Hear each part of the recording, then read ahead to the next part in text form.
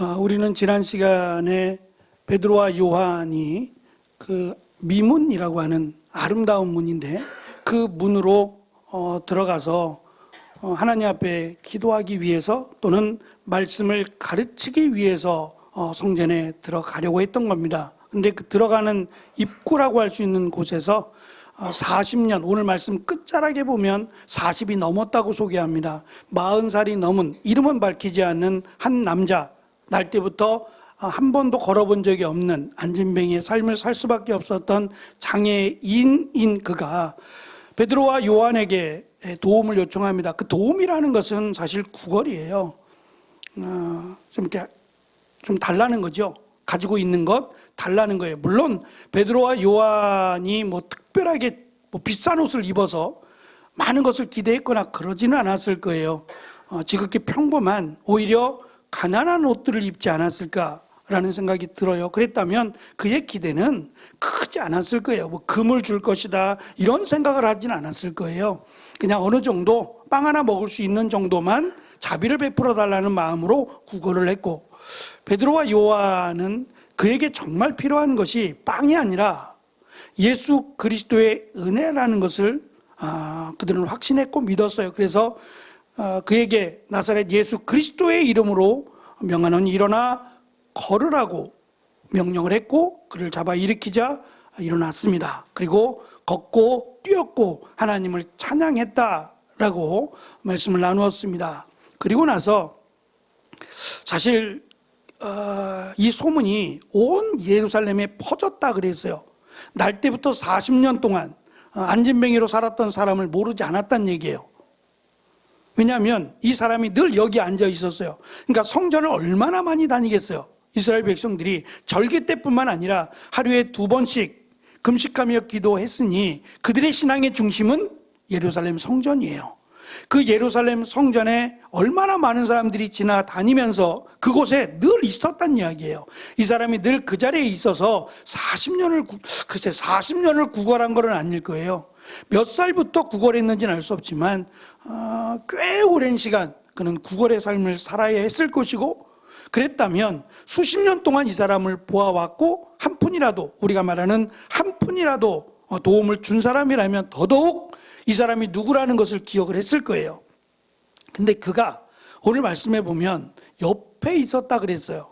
누가는, 제가 조금 의아했던 게 마지막 베드로와 요한이 신문을 받는 과정 속에 풀어주거든요. 왜냐하면 많은 사람들이 베드로와 요한을 따랐다 그랬어요. 환영하고 기뻐했다 그랬어요. 그러니까 베드로와 요한을 감옥에 넣으면 반란이 일어날 것 같은 거예요. 폭동이 일어날 것 같아서 그게 두려워서 베드로와 요한을 이렇게 훈방 조치하는 거예요. 예수 그리스도를 전하지 마라, 예수 그리스도의 이름을 전하지 말라라고 따끔하게 이야기하고 훈방 조치합니다. 그때 병이 났잖아요. 40년 동안 한 번도 걸어보고 뛰어보지 못했던 사람이 병이 났어요. 온전해졌다고요. 그럼 뭐부터 하고 싶어요? 가고 싶었던 곳이 있을 거 아니에요. 성전에만 있을 거예요? 가고 싶은 곳이 있을 것이고 보고 싶은 사람들이 있을 거예요. 그런데 그가 갔다 왔는지는 알 수 없지만 베드로와 요한이 신문을 받는 그 자리에 같이 있었다라고 소개하면서 그 사람의 나이가 40이 넘었다고 누가가 살며시 이야기하는 이유가 뭐냐면, 지금 이 사람이 어쨌든 자기의 병을 치료한 사람이거든요. 베드로와 요한이 자기의 병을 낫게 한 사람. 근데 그가, 베드로와 요한이 자기들이 불리하니까 신문을 받아야 하니까 변호인으로 세우기 위해서 이 사람을 억지로 옆에다 세웠겠느냐는 거예요. 나이가 40이 넘은 사람인데 자기가 스스로 결정하지 않겠냐는 거예요. 내가 이 자리에 있겠다, 아니 나는 다른 곳으로 가겠다, 얼마든지 결정할 수 있는 나이가 되었다. 그러니 그가 베드로와 요한이 신문 받는 그곳에 같이 있었던 것은 그 사람의 결정이라는 거예요.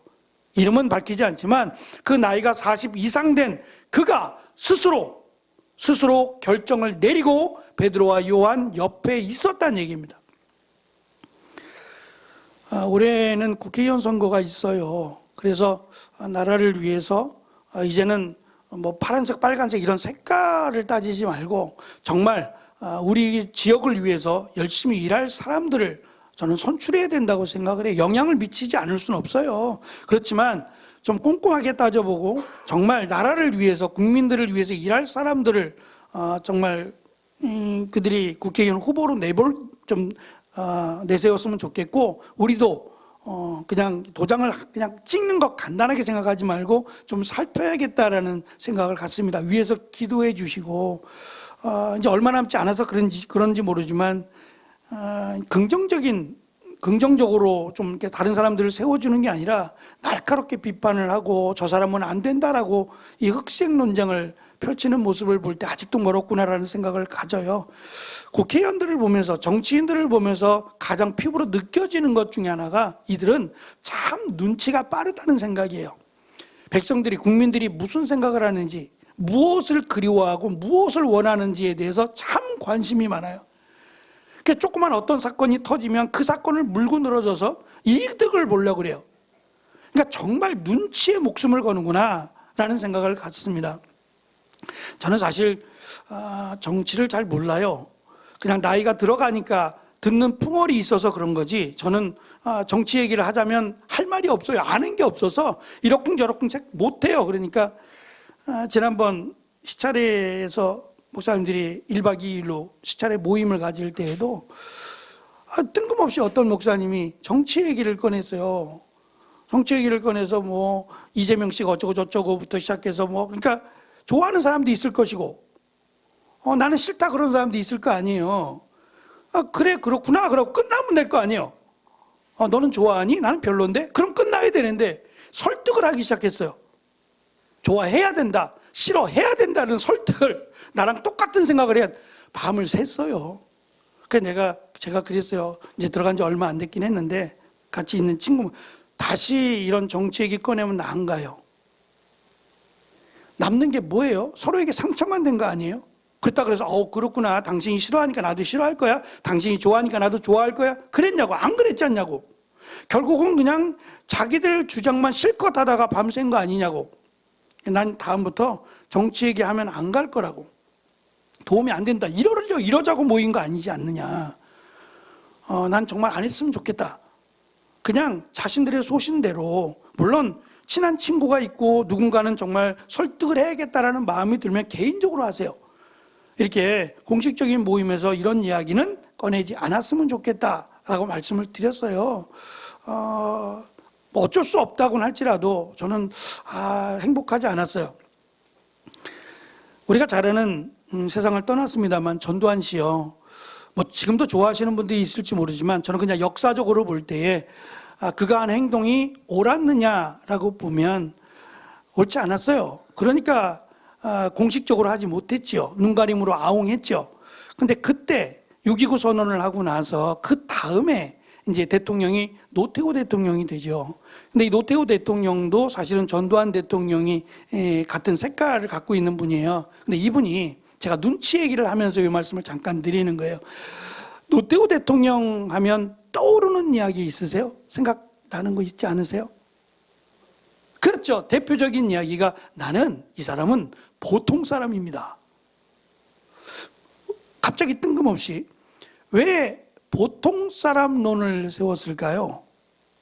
나는 국민들 편이라는 거예요. 나는 국민과 똑같은 사람입니다. 국민이 아파하면 나도 아파하고 국민이 좋아하면 나도 좋아합니다. 이 얘기를 그렇게 바꾼 거예요. 근데 그것이 자기 선거에 많은 도움이 됐어요. 정말 영향을 저는 미쳤으리라고 생각해요. 근데 그가 보통 사람으로 살 수 있을까요? 말은 그렇게 하는데 그가 정말 보통 사람들이 사는 삶을 살까요? 대통령이 칼국수 먹는다고요? 칼국수 먹을 수 있죠.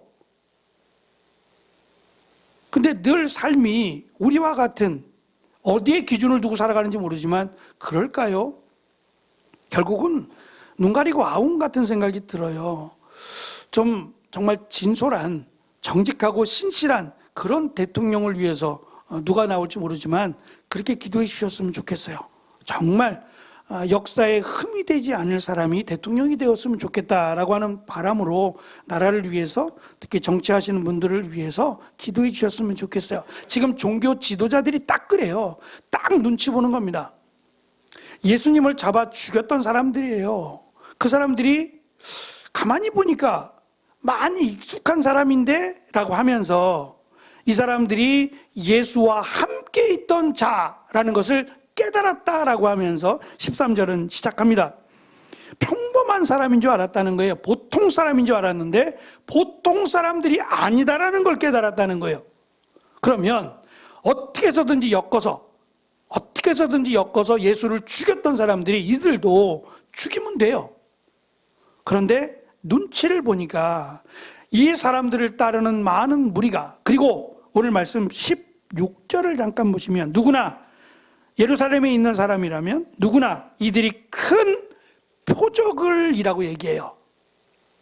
큰 표적을. 그리고 22절을 보시면 이 기적으로, 똑같은 말인데 이 표적으로 병이 나은 사람이라고 해서 소문이 나버렸어요. 말씀드린 40년이에요. 40이 넘었고 그가 날 때부터 앉은 병이었고 몇 살부터 성전 미문에 앉아서 구걸을 했는지는 알 수 없지만 꽤 오랜 시간 동안 구걸을 해왔고, 그가 특별해서가 아니라 많은 이들이 자비로운 마음으로, 불쌍히 여기는 마음으로 조금씩 도움을 주었을 것 같아요.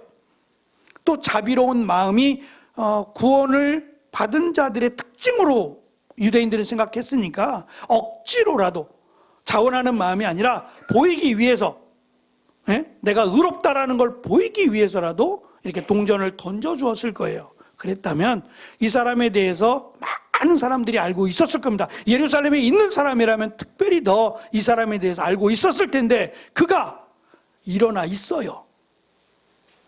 앉아 있어야 될 사람이 일어나서 베드로와 요한 옆에 지금 서 있는 겁니다. 근데 그것도 그냥 서 있겠냐 말이에요.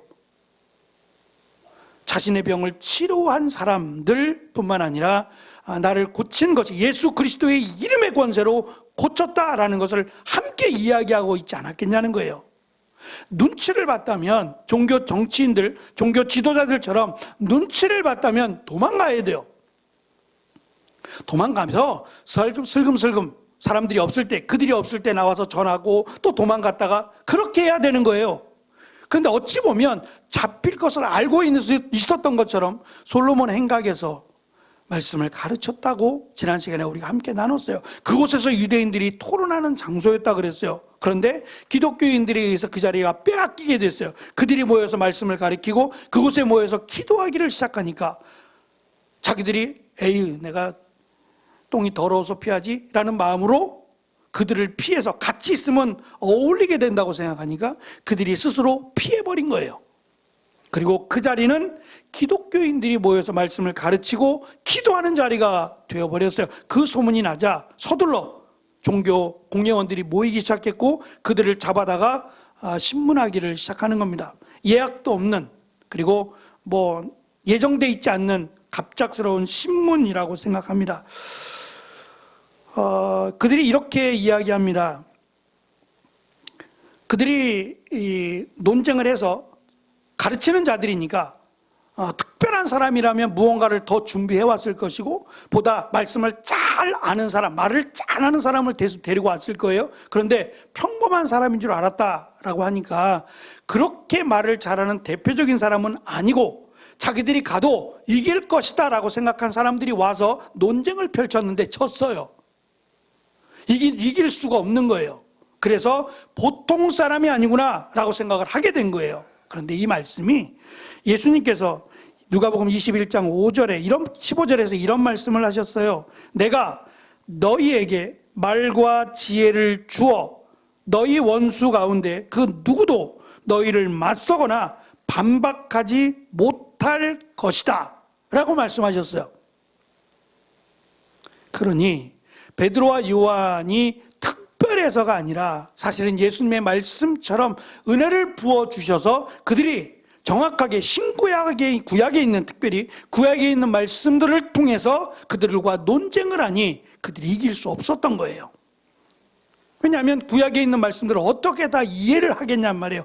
외운다고 할지라도 이해하는 거와는 또 다른데 베드로와 요한은 이것을 다 알고 있었어요. 흐름을 알고 있었다는 얘기죠. 깨닫게 하시는 주의 은혜가 있었다는 얘기입니다. 그래서 논쟁으로 이겨낼 자신이 없으니까 잠시 나가 있으라 그랬어요. 공회에서 잠시 휴정을 하고 나가 있으라고 해놓고 자기들끼리 모인 거예요. 논쟁으로는 이길 수 없다.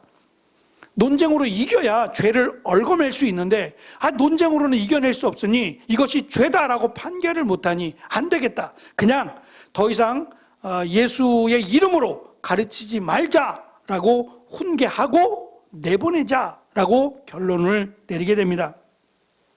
사실 어떤 면에서 보면 문제가 되게 된 것은 예수 그리스도의 이름을 전했기 때문이라기보다는 병자를 고쳤기 때문이에요. 이 소문이 훨씬 더 빠르게 흘러갔어요. 그랬다면 지금 문제의 요인은 병자를 고친 거예요. 근데 병자를 고친 것이 문제가 되지 않아요. 잘한 거죠. 정치인들이라면 이스라엘 백성이 행복해하는 걸 원해야 되잖아요. 그럼 병이 났어요. 그럼 오히려 박수해주고 병을 고친 사람을 위로해주고 상을 줘야죠. 근데 그게 아니라 병을 고친 거에 대해서는 잘했다 말하지 않아요. 왜냐하면 어쩌다가 난 거예요. 이들이 낫게 한 게 아니라 나을 때가 되어서 난 거예요. 그렇게 생각을 하고 이제 문제는 자기들이 잡아 죽인 예수를 전한다는 것 때문에 문제가 되는 거예요. 그러니까 예수 이름의 권세로 일어난 거는 믿지 않고 그게 아니라 어쩌다가 날 때가 되어서 나왔다라고 생각을 하고 예수 이름을 전하지 마라. 하나님을 모독한 것이다 라고 하며 훈방 조치를 하게 됩니다. 그때 유명한 말을 합니다. 저는 사실 이 말씀으로 제목을 잡고 싶었어요. 내용의 흐름상 베드로와 요한의 1차 신문 두 번째라고는 했지만 실제적인 오늘 말씀의 내용의 핵심은 이겁니다. 19절 20절의 말씀이에요. 우리 한 번 더 같이 읽겠습니다. 19절 20절. 그러나 베드로와 요한은 이렇게 말했습니다. 시작. 우리가 하나님의 말씀을 듣는 것과 여러분의 말을 듣는 것 중에 하나님께서 보시기에 어느 것이 더 옳은 것인지 한번 판단해 보십시오. 우리는 우리가 보고 들은 것을 말하지 않을 수가 없습니다. 아멘. 하나님이 보시기에 어떤 것이 더 옳으냐는 거예요. 우리가 살아가면서 많은 선택과 결정을 하며 살아야 됩니다. 무엇이 더 옳은 것인가, 무엇이 더 지혜로운 결정일까를 결정하며 살 때가 많아요. 특별히 이제 젊은 친구들은 더 많을 거예요. 더 많을 겁니다. 선택하고 결정할 일들이 더 많을 거예요. 그런데 그 결정과 선택은 오늘 말씀 따라 하나님께서 보시기에 무엇이 더 옳을까를 잣대를 대고 결정하시면 돼요. 하나님은 무엇을 원하실까? 내가 이것을 하기를 원하실까? 이것을 하기를 원하실까를 보고 기도하시고 그러면 저는 보다 쉽게 선택을 하리라고 생각합니다. 만약에 하나님께서 무엇을 원하실까를 종교 지도자들이 생각했다면 그리고 하나님의 뜻을 안다면 예수님의 이름을 전하는 거죠. 우리가 세상에서 사실은 모든 걸 다 잃을지라도 한 가지를 붙잡아야 돼요. 건강도 잃을 수 있고 재물도 잃을 수 있고 사랑하는 사람들을 잃을 수 있어요. 그런데 딱 한 가지만큼은 붙잡아야 됩니다. 이것이 우리의 구원과 관련이 되기 때문에 그래요. 그래서 어느 목사님은 요즘 치매가 무섭잖아요. 누구도 피해갈 수 없는 치매인데 이렇게 기도하신대요. 하나님, 제가 혹시라도 가족도 몰라보고 성도들도 몰라보고 내가 누군지도 몰라봐도 예수님만 알아보게 해주세요. 네? 예수님만 알아볼 수 있도록. 그러니까 그 생각인 거죠. 천국 가서 누구세요? 그럴 리가 없어요. 그럴 리가 없는데 마음으로 내가 다 못 알아봐도 속상하지요. 그럴지라도 예수님을 믿는 믿음만큼은 꼭 지킬 수 있도록 저도 이 기도해야 될 것 같아요. 이왕이면 다 생각나면 좋겠어요. 우리 문석환 집사님도 계속 생각이 나고, 우리 강건이도 그렇고 다 생각이 났으면 좋겠어요. 플러스 예수님의 말씀도 기억이 났으면 좋겠어요. 그러면 뭐 최고죠. 근데 그럴지 않을지라도 오직 한 가지, 예수님을 믿는 믿음, 이것만큼은 우리가 놓치지 않아야 됩니다. 여기에 하나님이 구원을 주셨기 때문이에요. 물론 치매가 정말 걸려서 예수님도 모른다 할 수 있어요. 치매가 걸려서 누구도 알아보지 못하고 성경의 내용도 기억을 못해서 예수님이 누구냐고 그럴 수 있어요. 저는 그럴지라도 이건 질병이니까, 치매니까 저는 구원을 받으리라고 생각을 하거든요. 천국 가서 확인해 보긴 해야 되겠지만, 왜냐하면 그러니까 내가 고백하는 것과, 그건 인지잖아요. 내가 고백하는 것과 인지가 없어져서 알지 못하는 건 또 다른 문제라고 생각해요. 그러니까 그것에 대한 두려움은, 혹시 우리 어르신들, 어머니, 아버님들과 함께 하면서 열심히 정말 믿음의 확신을 가지신 분이었는데 치매로 인해서 예수님 믿으시죠? 그때 예수님 누구야? 라고 하시면 그것 때문에 마음 아파하지 마시라는 거예요. 마음은 아픈데 그것 때문에 천국 못 간다라고 생각은 하지 마시라는 거예요. 그건 인지의 문제니까 그래요. 그러니까 그러지 않기를 위해서 우리가 기도하지만 우리가 내 신앙의 고백, 내 고백으로 구원을 받는 겁니다. 그렇기 때문에 저는 하루라도 좀 빨리 믿으면 좋겠다 싶은 생각이 있어요.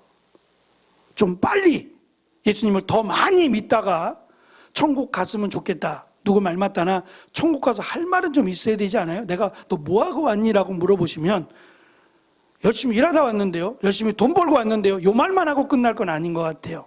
하나님이 우리에게 주신 시간이라는 게 있는데 이 시간 속에서 열심히만 살다 오지 말고 하나님이 기뻐하시는 게 뭘까? 하나님이 무엇을 더 좋아하실까를 생각하며 내가 조금 더 열심을 내고 내가 감당할 수 있는 부분들 감당했으면 좋겠어요. 그래서 한 번이라도 더, 한 시간이라도 더 하나님을 생각하며 믿음으로 살아가면 얼마나 기쁘고 복된 삶일까라는 생각이 듭니다. 21절을 보면 그들 모두가 되어진 사건으로 인하여 하나님께 영광을 돌리고 있었다라고 설명하므로 종교 지도자들이 이스라엘 백성들을 더 이상 이끌 수 없다, 하나님의 뜻과 어긋나고 하나님과 뜻과 반대되는 일을 하고 있는 종교 지도자들, 나라의 통치자들이라면 오히려 이들이 이스라엘 백성들을 죽음의 길로 몰고 있다고 생각해요. 그리고 반대로 오히려 이스라엘 백성들을 하나님께로 인도하는 사람들은 사도들이다 라는 것을 우리가 점점 깨닫게 됩니다. 예수님을 반대하고 죽였던 자들이 시간이 흘렀음에도 불구하고 여전히 회개하지 않고 여전히 예수님을 믿고 따르는 자들을 죽이고 있다는 점에서 쉽지 않구나, 신앙의 믿음의 길을 간다는 건 참 쉬운 일이 아니구나 라는 것도 우리가 다시 한번 느껴볼 수 있습니다. 특별히 베드로가 설교하면서 오순절에 요엘서의 말씀을 통해서 이렇게 설교를 했어요. 땅에서는 표적들이 있을 것이다 라고 말입니다. 그 말씀대로 날 때부터 걸어보지 못한 그 사람, 40년 이상을 안진뱅이로 살았던 그 사람을 일으킨 것은 표적이다라고 말을 하잖아요. 두 번에 걸쳐서. 이러한 표적은 베드로와 요한 때문이 아니라 예수 그리스도의 이름으로 말미암은 하나님의 은혜라는 거예요. 앞으로 수많은 표적들이 땅에서 일어날 겁니다. 이 표적들이 예수 그리스도의 이름으로 일어날 표적이라는 거예요. 그러니 예수 그리스도의 이름을 믿으라는 겁니다. 예수 그리스도의 이름을 믿고, 그리고 하나님이 보시기에 무엇이 더 옳은 일인가를 늘 생각하며 우리의 판단의 기준이 되어서 우리가 무엇을 결정할 때, 무엇을 선택할 때 어느 것이 나에게 유익이 될까? 사실은 찬양팀이 앞에서 처음에 찬양을 하면서 나의 만족과 유익을 위해 살 것이 아니라 내 안에 가장 귀한 것이 무엇인지를, 그렇죠? 가사가 그렇잖아요. 꼭 오늘 설교를 들어본 찬양인 것 같아요. 마음이 통했어요. 마음이 통해서 나의 만족과 유익을 위해 살지 말고 내 안에 가장 귀한 것이 예수 그리스도이심을 고백하며 살자라고 하는 이 찬양의 가사처럼 내가 이 선택을 하면 하나님이 기뻐하실까, 하나님이 좋아하실까를 생각하며 우리에게 주어진 한 주간 여러 가지를 선택하고 결정하고 살아갈 때에 하나님이 어떤 걸 더 좋아하실까, 이렇게 하면 하나님이 기뻐하실까를 생각하고 그 기쁨에 맞추어 결정하고 살아가는 저와 여러분이 되어지기를 간절히 축원합니다. 기도하겠습니다.